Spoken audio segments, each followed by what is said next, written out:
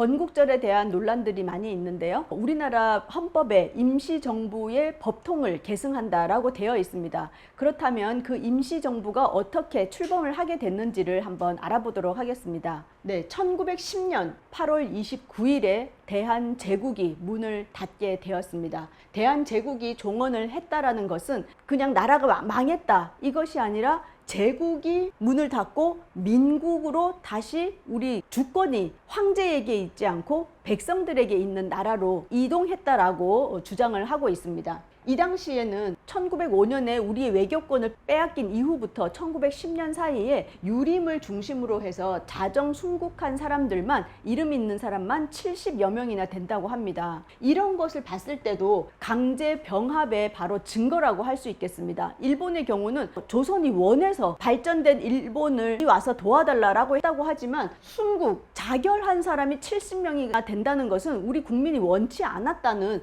그 강제 병합의 증거라고 할 수가 있겠습니다. 이때 많은 독립운동가들은 어떻게 했느냐? 첫 번째, 독립군 기지를 건설하는 방향으로 가신 분들도 계시고, 또 외교적인 노력을 통해서 독립을 해야 된다라고 주장하신 분도 계십니다. 그래서 독립군 기지를 건설하신 분들은 국경이 맞닿아 있는 만주와 연해주로 많이 가셔서 신흥무관학교라든지 이런 걸 지으시면서 독립운동을, 전쟁을 준비를 하셨고요. 국제적인 연대를 통해서는 미국이라든지 중국, 그 당시에 중국의 경우는 우리나라와 조선과 이렇게 친연성도 많이 있었지만 특히 청일전쟁으로 인해서 일본에 패했던 그걸로 인해 반일 감정이 아주 컸기 때문에 중국과 같이 힘을 합쳐서 연대해야 된다라고 하는 인식들이 많이 있었습니다. 이렇게 국내에서 독립운동하기가 어려웠던 분들도 계셨지만 국내에서도 비밀리에 독립운동을 하셨던 단체가 있습니다. 바로 광복회인데요.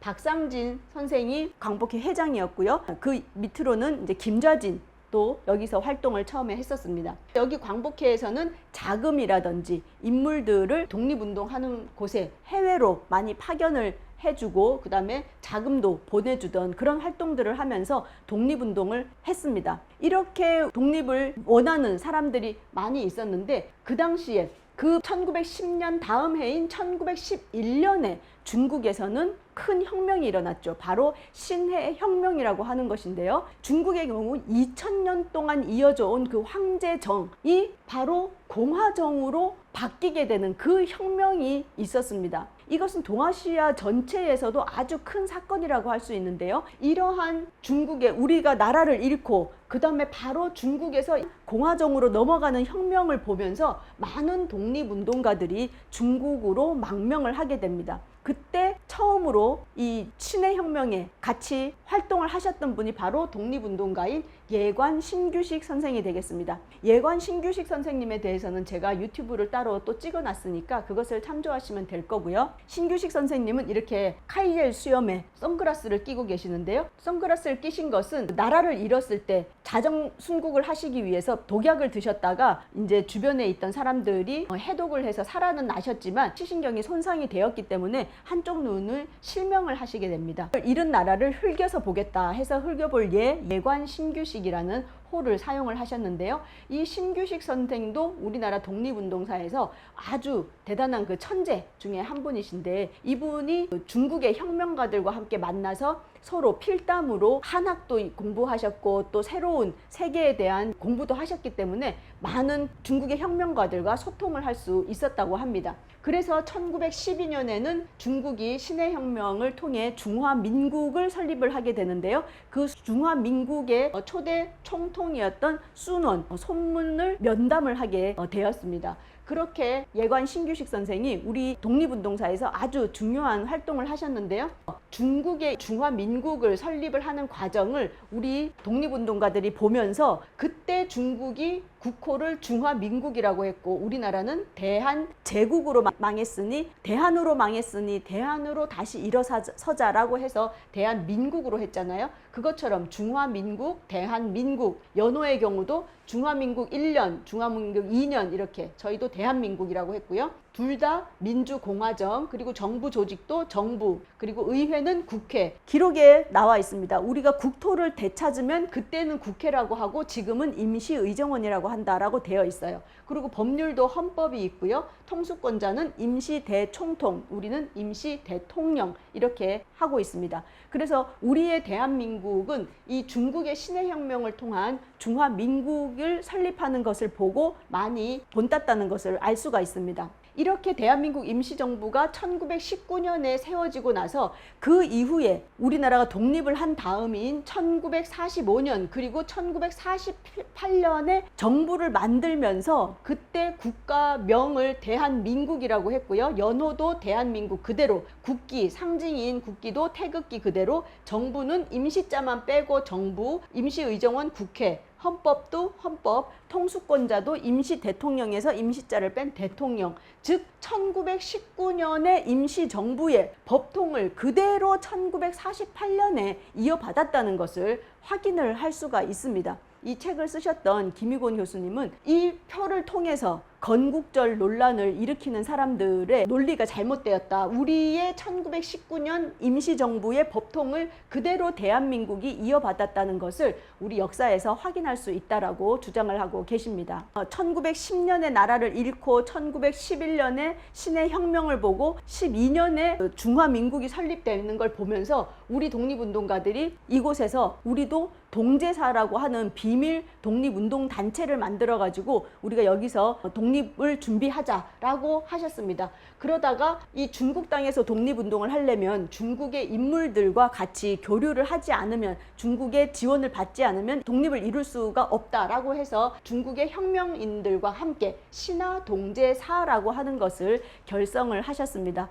동제사의 주요 요원으로는 대표적인 분이 예관 신규식 선생, 박은식 신채호 역사학자죠. 문일평 김규식이라든지 조성환 신서구, 우리 대한민국이라는 국호를 정하신 신서구 선생, 박찬익 민피로 여운형 이러한 분들, 조소왕 선생, 정인보 이런 분들이 계십니다. 그래서 대부분에 보면 대종교, 그 다음에 기독교 몇 분 계시고 이렇게 많은 독립운동가들이 동제사의 주요 요원이었다는 것을 확인을 할 수가 있습니다. 그 이후에 1915년에 신한혁명당을 잠시 만들었다가 1917년 대동단결선언이 아주 중요합니다. 왜냐? 대동단결선언에서 국민주권과 정부 수립을 주장을 하기 때문입니다. 이 대동단결선언에 서명하신 분들은 신규식, 조소왕, 신서구, 박은식, 신채호, 조성환, 김규식, 좀 전에 봤던 동제사의 핵심 멤버들이 다 대동단결선언에서 같이 서명을 하셨습니다. 네, 대동단결선언문인데요. 그 선언문에 이렇게 서명을 하신 분들이 계시고요. 그 내용을 잠깐 본다면 1910년 8월 29일 우리 국치일이죠. 융희 황제가 주권을 포기하는 순간 그 주권은 우리 국민과 동지들이 돌려받은 것이다 라고 되어 있습니다. 그 주권은 조선 총독부 일제가 가져간 것이 아니라 그 주권은 우리 국민과 황제가 아닌 우리 국민에게, 동지들에게 돌려받은 것이다 라고 주장을 하고 계십니다. 우리 동지는 당연히 삼부를 계승하여 통치할 특권이 있고 또한 대통을 상속할 의무가 있다라고 주장을 하십니다. 이것이 바로 대동단결선언의 핵심적인 내용이라고 할 수가 있겠습니다. 그 밑에 한번 보시면 그 내용에 요즘 국내를 살펴보면 경술국치 이후로 마귀가 제멋대로 사납게 공격하여 국민들한테 작은 힘도 남아있지 못하고 반쪽은 일본인이고 반쪽은 한국이 같은 괴물이 날로 늘어나고 있다. 지금도 그렇습니다. 2024년 지금도 반쪽은 일본인이고 반쪽은 한국인 같은 괴물들이 많이 있죠. 네, 어떤 자들은 종교를 핑계로 일본을 따르는데 앞장서고 어떤 자들은 정치를 노래하면서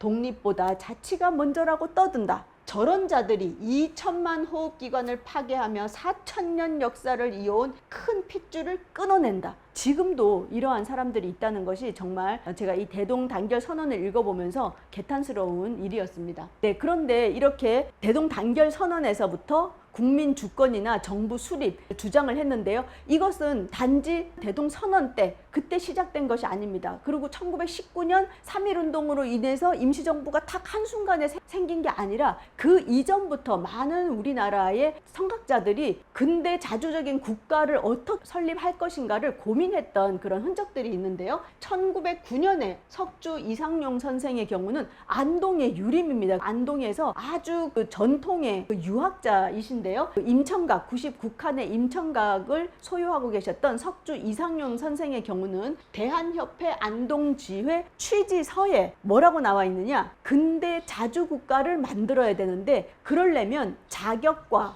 정신을 갖춘 국민이 필요하다라고 되어 있습니다. 그러면서 입헌국가 수립을 위한 헌법과 법률을 준비해야 된다, 이런 말을 이런 유학자가 하셨다는 겁니다. 이상용 선생이 말씀하셨던 그 내용들을 아들이 정리했던 석주유고라고 하는 책에 보면요, 플라톤 선생은 무슨 얘기를 했고, 칸트 선생은 무슨 얘기를 했고, 데카르트는 무슨 얘기를 했고, 이런 내용들이 나와 있습니다. 이 옛날에도 그렇게 어떻게 우리나라가 이 오랜 전통을 가지고 있었던 이 조선이 어떻게 해서 그 외놈들에게 나라를 빼앗겼고, 어떻게 서양 세력들이 와서 그런 막강한 무기를 가지고 있는 서양 세력들이 있을 수 있었던가라는 것을 고민을 하면서 그런 서양의 철학이라든지 그러한 학문들을 공부하셨다는 것입니다. 자치활동과 토론이 중요한데 이것을 통해서 바로 우리가 민주주의를 훈련해야 된다라고 하셨습니다. 그리고 또한 1909년 미주동포의 신한민보에서 보면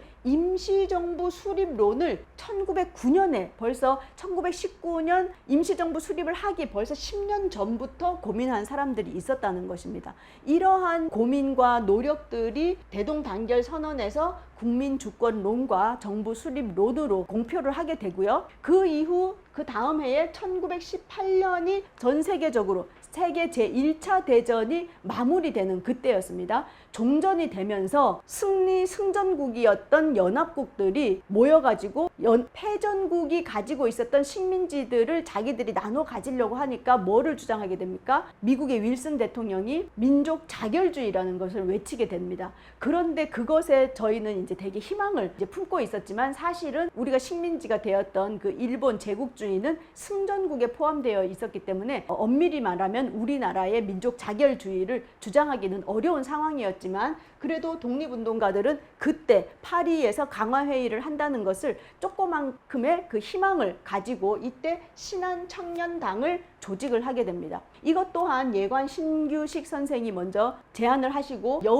몽양 여운형 선생이 행동을 하시면서 신한청년단을 조직해가지고 김규식 선생을 파리 강화회의로 보내면서 파리에서 사람들이 모였을 때 우리나라 사람을 거의 회의에 참석시켜주기도 거의 불가능하다. 그리고 조선이 어떤 나라인지도 모른다. 그렇다면 조선에서 많은 국민들이 독립을 원하고 있다는 것을 보여줄 필요가 있지 않겠냐라고 하게 됩니다.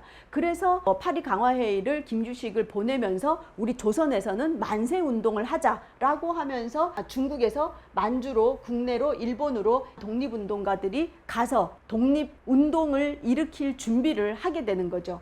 결국에는 1919년 3.1 운동이 일어나게 되는 것입니다. 그래서 이것은 무오독립선언서라고 하는 것이고요. 무오독립선언서는 그 만주 지역에 독립전쟁을 준비해 오시던 분들이 대종교 중심으로 발표를 한 그런 선언문이 되겠는데요.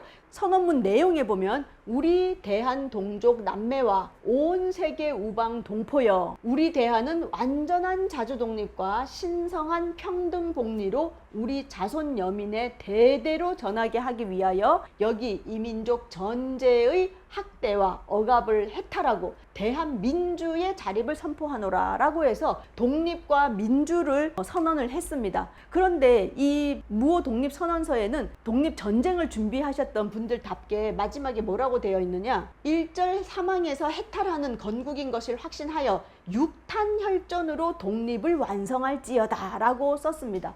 얼마만큼 더 독립의 의지가 육탄혈전으로 독립을 하겠다라고 하는 그런 강한 선언서를 보인 것이 무오독립선언서라고 할 수가 있겠습니다. 네, 다음으로는 이것은 우리가 많이 알고 있는 1919년 3월 1일에 선언했던 그 기비독립선언서가 되겠죠. 독립선언서에는 오등은 자의 조선의 독립국임과 조선인의 자주민임을 선언하노라. 그래서 그래서 여기도 독립과 자주민을 선언을 하게 되었습니다.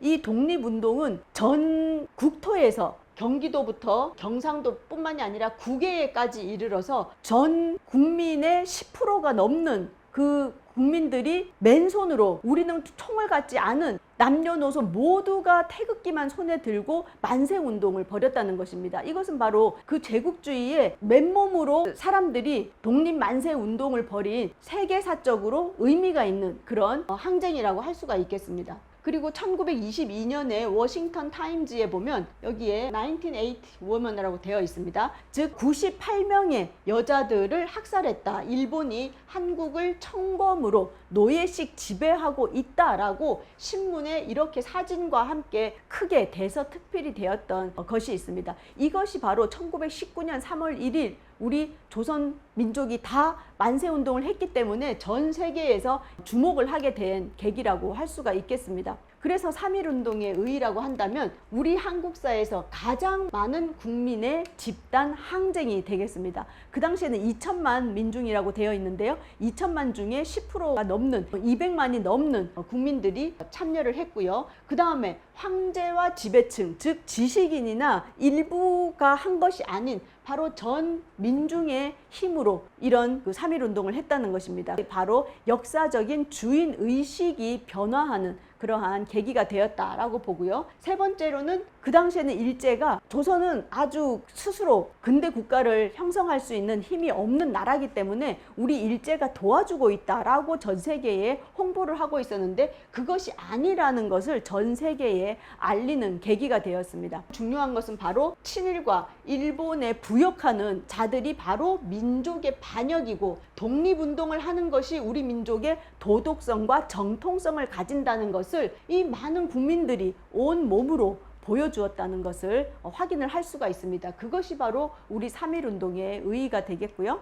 대표적인 것으로는 또 1919년 3월 1일 보고 해외에서 독립운동을 하던 많은 독립운동가들이 용기를 또 얻게 되는 거죠. 그러면서 임시정부가 곳곳에서 세워지게 되는데요. 제일 먼저 연해주 블라디보스톡에서 대한국민의회가 3월에 무장독립론을 손병희가 대표로 주장을 했던 대한국민의회가 있고요. 서울 경성에서 한성정부라고 해서 전국 13도 대표 명의로 수립된 한성정부가 있습니다. 그리고 상하이에서는 대한민국 의정원 해서 1919년 4월에 외교 독립론을 주장하면서 건설을 하게 되었는데요. 나중에 이 세 임시정부를 하나로 통합을 할 필요가 있다라고 해서 1919년 9월에 한성정부의 법통을 계승하고 대한국민의회 조직을 흡수해서 외교론을 펼치기가 가장 용이했던 상해에서 대한민국 임시정부를 운영하는 것으로 하고 대통령에는 이승만, 국무총리에는 이동휘가 앉게 되는 것입니다. 1919년 9월에 대한민국 임시정부, 통합임시정부가 만들어져서 헌법을 이제 발표하게 되는 것이죠. 이 당시는 전 세계적으로 1492년 그 스페인, 포르투갈 이런 지역에서부터 식민지 개척을 막 해나가면서 쭉 식민지 개척을 해나가다가 1885년도에 가면 이제 프랑스라든지 영국 그리고 나중에는 일본까지 이렇게 설립된 대한민국 임시정부는 어떤 정통성을 가지느냐? 첫 번째, 우리의 민족운동을 하나로 통합을 했다는 것입니다. 우리의 민족운동이라고 한다면 1894년 동학혁명으로부터 시작을 해가지고 의병운동이라든지 독립운동, 의열운동, 마지막 1945년 해방이 되는 그 순간까지도 앞에서 보셨듯이 피로 독립운동을 하셨던 그 민족운동을 3.1운동의 민족 뜻을 바로 조선 총독부가 아닌 독립운동가들이 세운 정부로 계승이 되었다는 것입니다. 정부는 왕을 다시 세우자라는 정부가 아니었고 최초의 우리 민족 최초의 민주공화 정부이면서 좌우 통합 정부를 달성했다는 그런 의의가 있고요. 마지막으로 세계 식민지 해방 운동사에서 정부 조직을 가지고 27년간 독립운동한 사례가 아시아에서 유일하다는 것입니다. 이렇게 3.1운동에 우리가 유관순도 이야기도 많이 하고 많은 독립운동가들의 그런 독립운동을 우리가 부정한다면 1, 2년 독립운동 한 것이 아니라 유럽의 경우는 짧은 그런 시간 레지스탕스가 활동을 했지만 우리는 장장 27년간 정부 조직을 가지고 독립운동을 했으며 35년 동안 피로써 일구어낸 우리 독립운동사 부정을 하는 사람들이라고 한다면 아까 앞에서 우리 독립운동가들이 이야기했던 그런 매국, 반일하는 반민족적인 일본에 부역하는 그런 자들이라고 할 수가 있고, 우리나라 지금 현재 헌법에서 임시정부 3.1운동으로 이루어진 임시정부의 법통을 계승한다고 했던 우리의 헌법 또한 부정하는 것이기 때문에 그러한 세력들은 반헌법적인 그리고 반민족적인 그런 존재라고 할 수가 있겠습니다. 그래서 끊임없이 이뤄지는 역사 왜곡 그리고 건국절이라든지 이런 독립운동을 폄훼하는 이런 세력들이 더 이상 발붙이지 못한 그럴 나라가 되기 위해서 우리 역사를 바로 알리는 일에 매진해야 할 것이라고 생각합니다. 이것으로 강의를 마치도록 하겠습니다.